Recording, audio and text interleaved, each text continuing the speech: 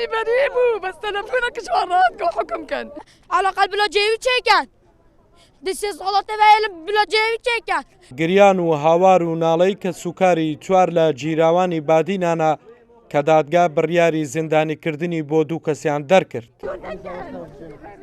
چو ئیثبات سەر نینە وی نینە سەر نینە چ شەکل حالێدا نینە سەر بێ حکومکردن چ مادەیە چاوە چ قانونە هیچ قانونێک نینە بێ قانون و بێ ئەوە گرتیە 3 ساڵ و نیڤ 3 ساڵ حەبسەکەن بێسوود و بێسەبەب.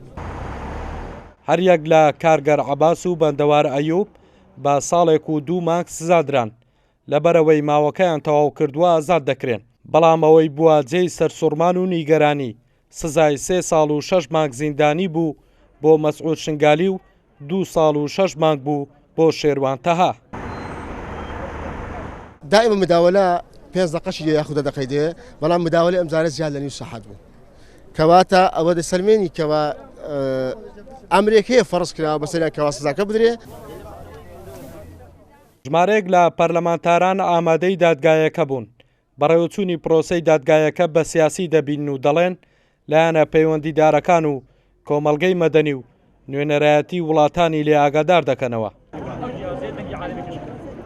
هەوڵدەم ئەو دەنگە ناڕزایەتە بگەێنم بە نوێنەرایەتەکان لە ناو هەرێمی کوردستان بۆی کە پێیان ڕابگەین کە ئەم سزایشی یاسایی و سیاسیە وەی ئەنجامێکی نیایە بۆ هەرێمی کوردستان. تیمی پارێزەرانی جیراوانی بادینان سەرنجیانەیە لەسەر بڕیارەکەی دادگا. ماوەی 30 ڕۆژیان لە پێشە تا تانە لەو بەڵگانە بدەن لە دادگای تەمیز و ئومێد دەکەن پێداچوونەوەی جددی لەسەر ئەو کەیسە بکرێت و تا ئەو دوانەش ئازاد بکرێن. هەڵگورد ئەحمەد، کورسات نیوز، هەولێر.